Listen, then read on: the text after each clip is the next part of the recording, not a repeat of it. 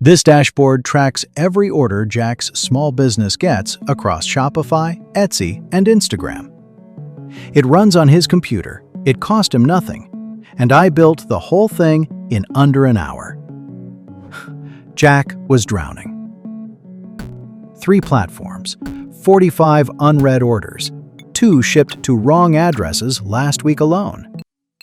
Quick note before we start. My voice sounds different in this video. I switched to a custom narrator that fits the channel better. Same person behind it, just an upgrade. Today I'm showing you exactly how I built Jack's dashboard. Master prompt is free. Let's go. So, who's Jack?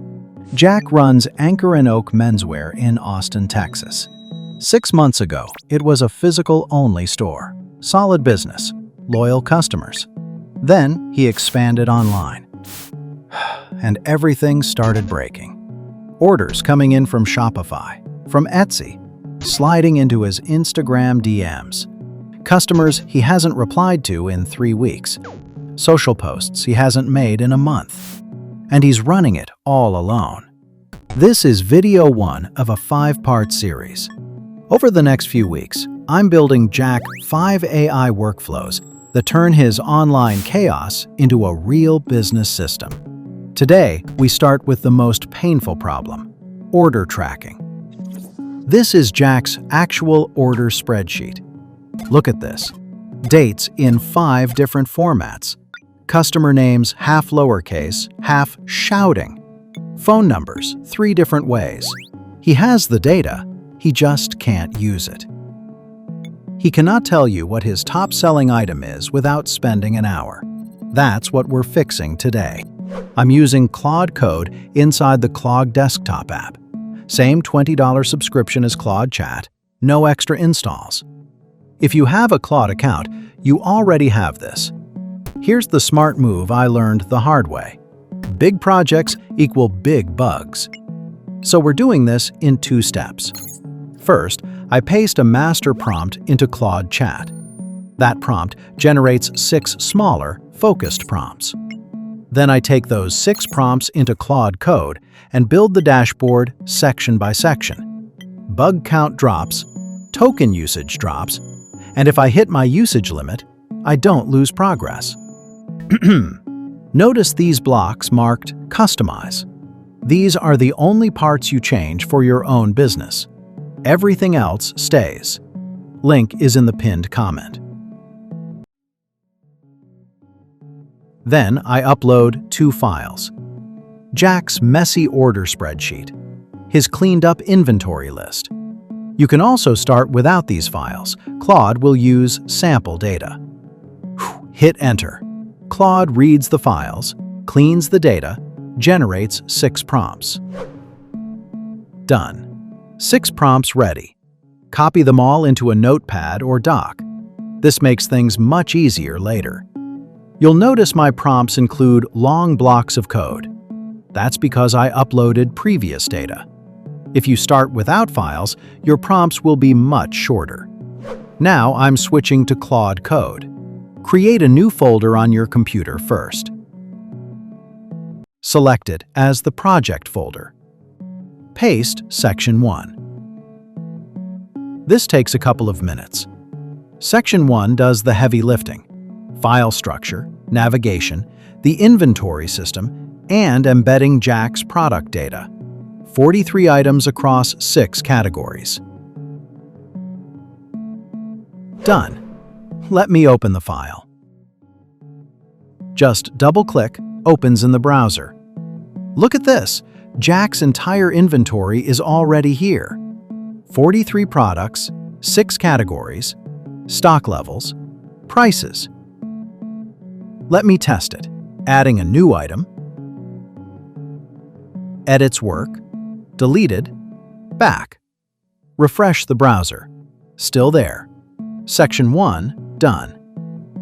If this just saved you an afternoon of work, hit subscribe. I drop one of these workflows every week. Pasting. Section 2. Orders management. Entry form, list view, status tracking. And importantly, the historical orders from Jack's spreadsheet. Wait for it. And there we go. 45 orders, imported and cleaned. 5 flagged because the dates were too messy to parse. We'll fix those in 30 seconds. The rest? Organized, sortable, filterable, color-coded by status. Now, I check every feature one by one. You should do this too.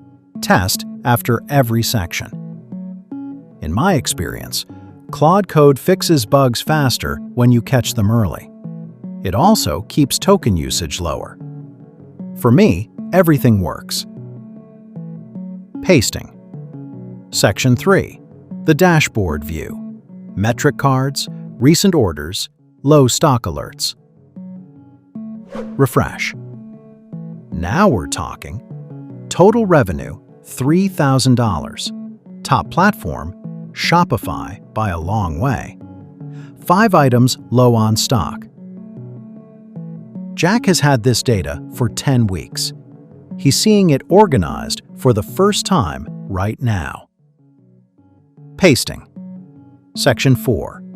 This is my favorite part, the visualizations. Recharts library, 4 chart types. Refresh. Wait, the page didn't load. Hard refresh, Control-Shift-R. Still nothing. So, I go back to Claude Code. I explain what I expected and what actually happened. Few seconds, it's fixed. But now, another problem. Pages load, but charts don't render. Took 5 more chats to solve it. This is where I'm going to share something most tutorials skip. After 2 or 3 attempts, if Claude Code still can't figure out what's wrong with your charts, stop guessing. Install the Claude Chrome extension. Here's why it matters. Without the extension, you describe the problem in words. Claude guesses, reads your code, tries fixes. Some hit, some miss. With the extension, Claude actually sees your browser. It reads the real console errors. It looks at the actual rendered page. No more guessing. I switched to the Chrome extension after my 3rd failed fix attempt. Showed Claude the broken charts directly. It identified the issue immediately. Fixed it in 1 try. Sections 5 and 6 build on what you already have. Section 5 adds invoice generation. Pick any order, click Generate, get a clean, printable invoice with your business header and tax calculation.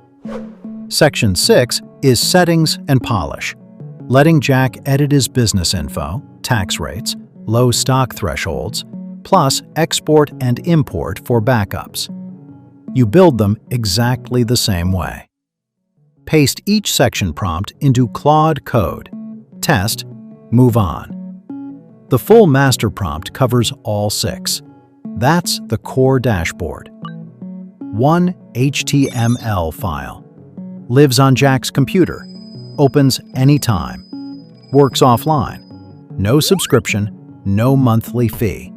He owns it.